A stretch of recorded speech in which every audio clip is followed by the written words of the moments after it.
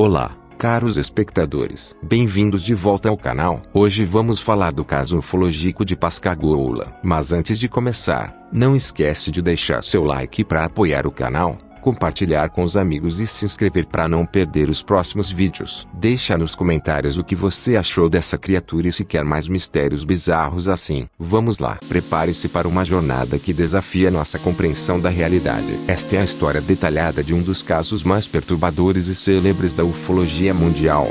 A abdução de Pascagoula. Na calma tarde de 11 de outubro de 1973, o rio Pascagoula, no Mississippi, era o cenário de uma rotina tranquila. Charles Hickson, um homem maduro de 42 anos, e Calvin Parker, seu jovem colega de 19 anos dos estaleiros locais, aproveitavam o fim de dia pescando nas águas tranquilas próximas a um cais abandonado. O que começou como um momento de descontração rapidamente se transformaria em uma experiência de puro terror que os marcaria para o resto de suas vidas. De repente, um som agudo e vibrante cortou o ar, acompanhado por luzes azuis intermitentes. Antes que pudessem processar o que estava acontecendo, uma nave de aparência estranha, com o formato aproximado de um balão de futebol americano e cerca de 31 metros de largura, materializou-se subitamente perto deles, pairando apenas a 35 centímetros do chão. O silêncio foi quebrado quando uma abertura surgiu no casco da nave, e dela emergiram três criaturas do que desafiavam qualquer descrição terrestre. Esses seres,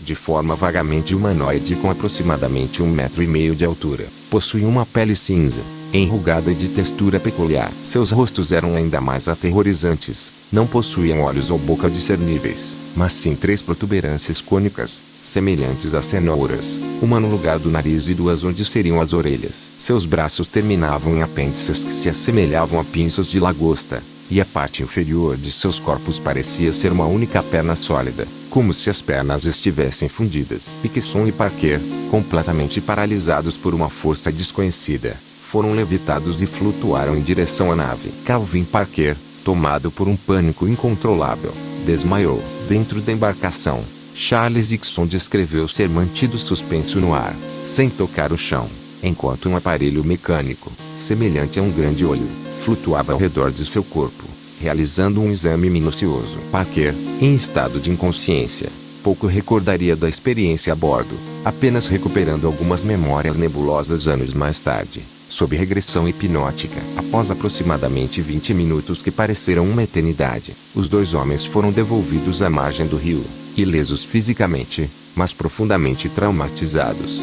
Aterrorizados e ainda tremendo, Hickson e Parker permaneceram sentados dentro de seu carro por quase 45 minutos, tentando se acalmar. Hickson recorreu a um gole de uísque para tentar recuperar o controle de seus nervos. Após discutirem o que fazer, decidiram relatar o incidente à base da Força Aérea de Kessler. No entanto, foram informados de que a Força Aérea dos Estados Unidos já não lidava com relatos de OVNIs, uma vez que o famoso Projeto Livro Azul havia sido encerrado alguns anos antes. O pessoal sugeriu que procurassem a polícia local. Por volta das 10h30 da noite, os dois pescadores, ainda visivelmente abalados, compareceram ao escritório do xerife do condado de Jackson. Como única prova concreta do seu paradeiro naquela noite, levaram consigo o bagre que haviam pescado. O xerife Fred Diamond ficou impressionado com o estado dos homens. Eles pareciam sinceramente aterrorizados, e Parker em particular estava à beira de um colapso nervoso. Apesar de achar a história fantástica e duvidosa,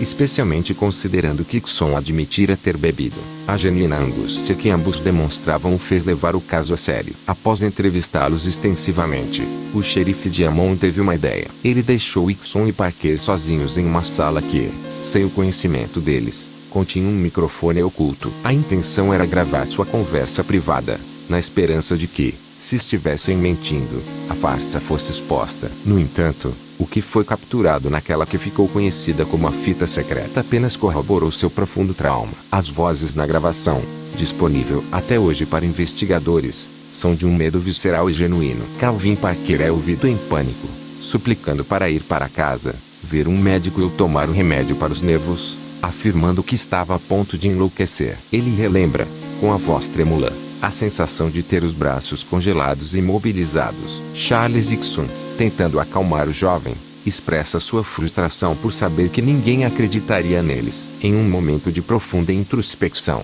Ickson diz: sabia o tempo todo que havia gente de outros mundos lá fora. Só nunca pensei que isso me acontecesse a mim. A gravação não deixava dúvidas. Aqueles dois homens acreditavam piamente naquilo que haviam vivido. Anos mais tarde, em outubro de 2001, um novo elemento surgiu para adicionar uma camada de credibilidade ao caso. Através de um artigo da Associated Press de investigações do ufólogo Ken Yeong, soube-se da existência de uma testemunha adicional. Mickey Cataldo, um suboficial da Marinha aposentado, veio a público relatar que, na mesma noite e na mesma área, ele e dois amigos, Peralta e Macana, testemunharam um objeto voador não identificado. Eles descreveram uma luz estranha e silenciosa movendo-se de maneira anômala sobre o rio Pascagoula. Este avistamento independente, ocorrendo no mesmo local e horário aproximado do sequestro de Ickson e Parker, é considerado por muitos pesquisadores como uma corroboração crucial para a história dos dois pescadores. A abdução de Pascagoula permanece até hoje um enigma sem solução.